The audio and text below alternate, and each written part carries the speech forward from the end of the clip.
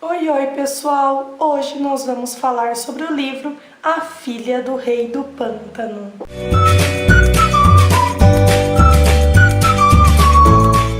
Esse livro, gente, foi enviado pela Tag Inéditos, então neste momento apenas os associados têm, mas daqui 1 ou 2 meses é lançado para todo mundo. É um livro que foi publicado pela Verus Editora, então tem sido assim, né? Os associados recebem uma edição exclusiva e depois de 1 ou 2 meses já todo mundo tem acesso ao livro numa edição diferente. Essa autora aqui, Karen Dionne, é a primeira vez que ela escreve um livro que vira sucesso mundial e ela já tem mais de 60 anos.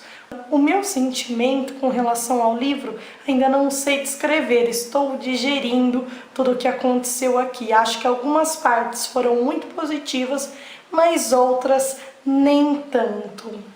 O que eu achei muito legal é que antes de cada capítulo nós temos folhas pretas e nessas folhas pretas nós temos trechos da história da filha do rei do pântano de verdade. Eu particularmente não conhecia essa história, mas existe uma história da filha do rei do pântano que é mais ou menos assim.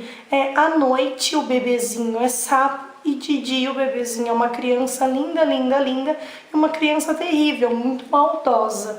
E essa história também vai sendo desenvolvida conforme os capítulos passam e no último capítulo nós teremos, é claro, o desfecho dela.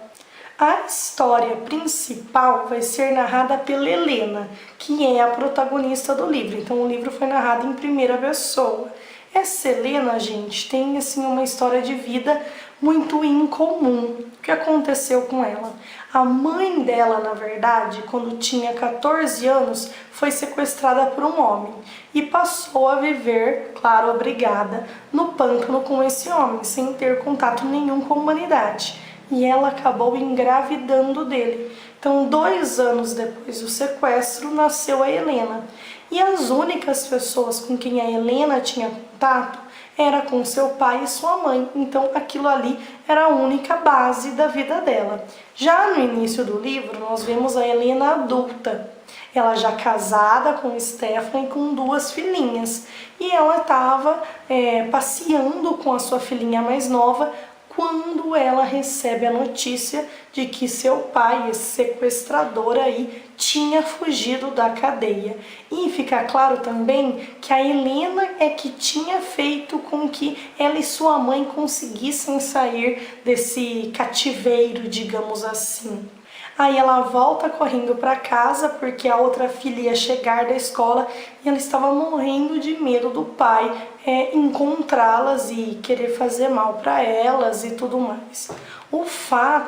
O grande problema é que a Helena não tinha contado para o marido da história dela, quem ela era de verdade, que ela tinha sido filha desse sequestrador. Então, assim, quando ela saiu do cativeiro, ela e a mãe dela se tornaram muito famosas, saíram nos jornais e tudo mais. Todo mundo sabia quem elas eram, mas a Helena não gostava daquela fama. Quando a Helena atinge uma certa idade, ela decide mudar de vida, gente. Então ela muda o sobrenome dela, ela corta o cabelo, pinta. Ela não queria mais aquela vida de que ela era a filha do sequestrador e ela era uma menina selvagem, porque de fato, como ela cresceu com aquela família, o que aconteceu? O pai dela, então ela vivia provisoriamente, tudo improvisado, as coisas eram assim. Ele comprou uma vez e aquilo ficava lá por anos e conforme eles iam usando e acabava, eles não tinham mais. Então ele realmente vivia uma vida selvagem e ele a ensinava a atirar, a matar animais, a conseguir alimentos. Então mostra ela matando veados, mostra o pai dela matando o urso. Então o que acontece no livro? Já no início a gente fica sabendo que ela é filha de um sequestrador e que esse sequestrador fugiu. Só que aí, conforme ela volta para casa e vai contando as coisas, porque ela vai decidir procurar o pai dela, o que vai acontecer? Vai sendo feito flashback, flashback, flashback, pra gente acompanhar a história da vida dela. Isso eu achei um pouquinho cansativo, porque os flashbacks são muito longos. Então no começo tudo bem, você está conhecendo a história, tem o flashback, mas quando ela vai começar a busca pelo pai dela, os flashbacks acabam sendo cansativos. Você quer saber o que vai acontecer entre ela e o pai e não o que já aconteceu no passado. Bom, como eu disse para vocês, ela não tinha contado para o marido que ela era filha de um sequestrador. Só que o problema é que não vai ser ela que vai contar isso para ele.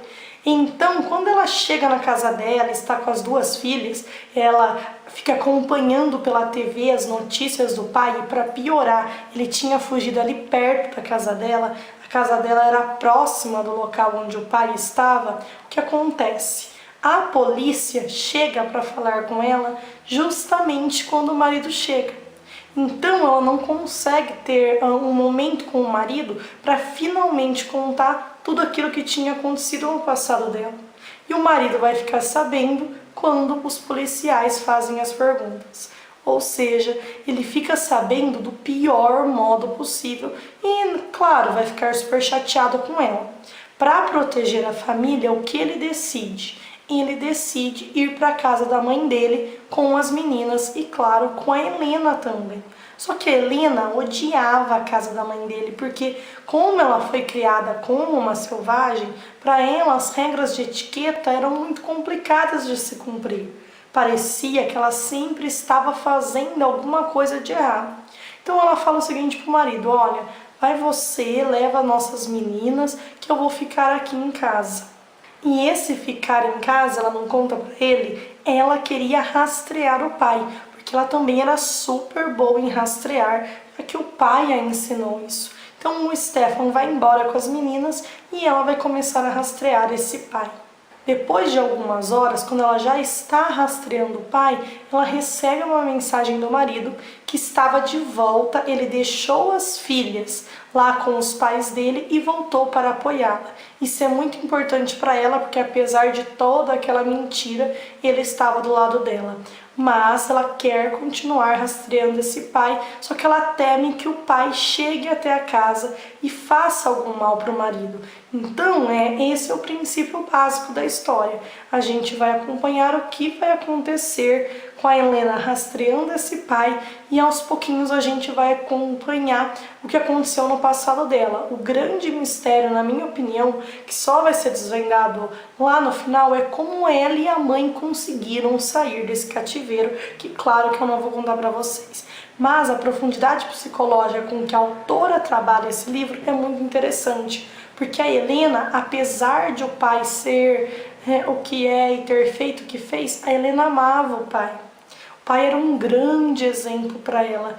Então ela vive esse conflito de que ao mesmo tempo que ela sabe que ele fez algo errado, ela também gosta dele. Ele é um modelo de pai que ela teve. Então isso foi muito positivo, na minha opinião, uma profundidade psicológica na personagem tremenda. Acho que só alguém que realmente vivenciou uma situação como a dela para entender o que ela sente. Vocês já ouviram falar desse livro ou dessa autora? É um livro que vale a pena conhecer, sim, porque é diferente, uma história que a gente não costuma encontrar no nosso dia a dia. Espero que tenham gostado da dica. Se inscrevam no nosso canal e curtam o nosso vídeo. Até a próxima. Tchau!